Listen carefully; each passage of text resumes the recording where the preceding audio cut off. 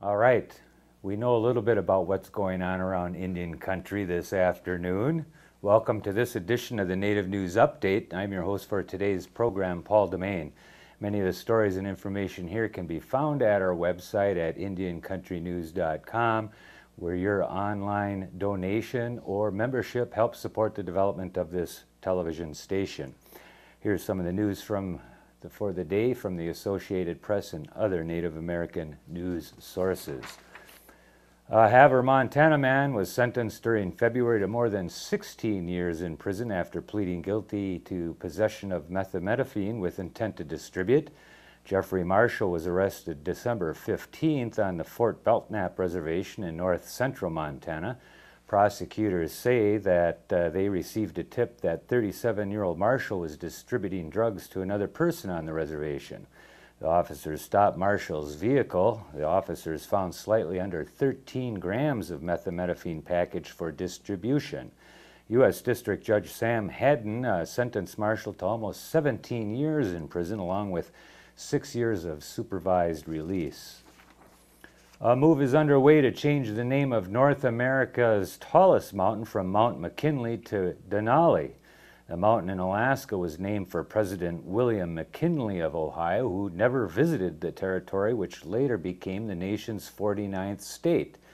State Representative Scott Kawasaki has filed a resolution that would have Alaska urge Congress to make the change. Kawasaki says the people of Alaska should have the right to name their own monuments. Denali is the Native American name for the mountain. First Lady Michelle Obama was honored by Native American groups earlier this week at the Interior Department, and in turn she praised the agency's employees. A department worker and member of the Prairie Band Potawatomi, Nedra Darling, presented Miss Obama with a handmade shawl that Interior Secretary Ken Salazar says honors women of high achievement. The Black Bear Singers, a drum group, performed a traditional song in her honor. This was the First Lady's third stop in a listening tour throughout the federal bureaucracy to thank employees for their work. She praised Interior Department employees, saying they would be critical to the new administration's energy policies, such as using natural resources responsibly and fighting climate change. Ms. Obama also hailed the employees' work as stewards of the nation's land, saying that opportunities to experience nature through hiking and camping were key to family life. She told those working with Native Americans at the department's Bureau of Indian Affairs that her husband will appoint a senior policy advisor in the White House to work with them on issues including health care and education. While without addressing specifics, Ms. Obama acknowledged the scandals that have plagued the Department of Interior in recent years, including the conviction of a former deputy secretary for obstructing justice regarding his association with disgraced lobbyist Jack Abramoff. The Anishinaabe Nation is taking significant steps in eliminating illicit drug abuse, trafficking, and associated organized crime in their 42 First Nations across Ontario, Canada. Bunika Nishnashkagwin Mashkiki, the Anishinaabe Nation War on Drugs Strategy Conference, will come together on February 16th and 17th at the Caruso Club in Sudbury, Ontario, Canada, and will inform Anishinaabe leadership of current research, trends, and actions with regards to prescription drug misuse and illicit drug abuse in First Nations and in Canada in general.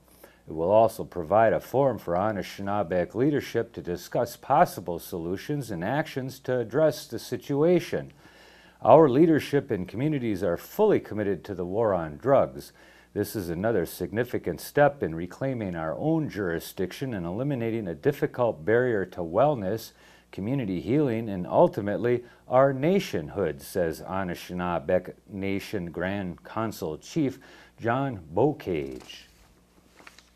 Sam English of the Turtle Mountain Band of Chippewa had thought of creating a coffee table style book of his art for many years, and being the creative artist he is, wanted this book to be fun for his readers, something they could enjoy looking at as they appreciated the artwork. English is well known for his work in the recovery movement and is tireless in spreading the word that addiction, such as alcohol and drugs, can be overcome. The book features more than 85 reproductions of his poster prints, features art and artwork spanning his career of more than 30 years. Sam English, The Life, Work, and Times of an Artist is free to American Indian schools and libraries. A generous grant from the W.K. Kellogg Foundation is making the book free to 300 schools and libraries around the country.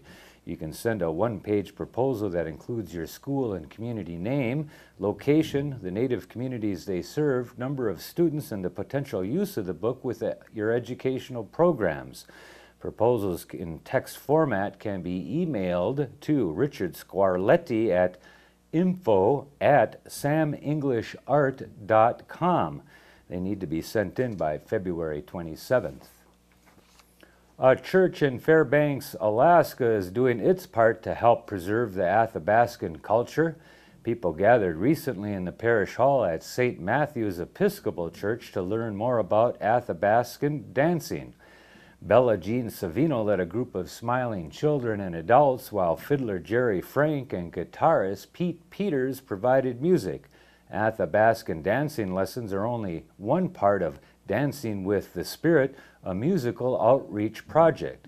The project is designed to connect children and elders and preserve Athabascan fiddle music and dancing while building self-esteem and delivering a good spiritual message. Savano slipped on a pair of traditional beaded moose hide dancing slippers just before the music started. In the past 2 years, aided by a diocese funding and the support of village schools and tribal councils in the region, 10 summer camps and 12 schools have been involved in the Dancing with Spirit program. Peters said music can help in the struggle against alcoholism, drug abuse, and high suicide rates. 2 exhibits from the Virginia Indian Heritage Program are now in display at the state capitol. Beyond Jamestown, Virginia Indians Yesterday and Today, and Family Portraits, Virginia Indians at the turn of the 20th century, have been installed in the exhibit area in Lower Hall. The Virginia Indian Heritage Program says the exhibits are expected to be at the Capitol through the end of December of this year. The exhibits are being presented in partnership with the Capitol Square Preservation Council, the Senate Clerk's Office, and the House Clerk's Office. And that is the latest roundup of news from Indian Country on today's edition of the Native News Update. We want to thank our underwriters for helping with this broadcast. Stop in again soon and check out what we got on the news agenda.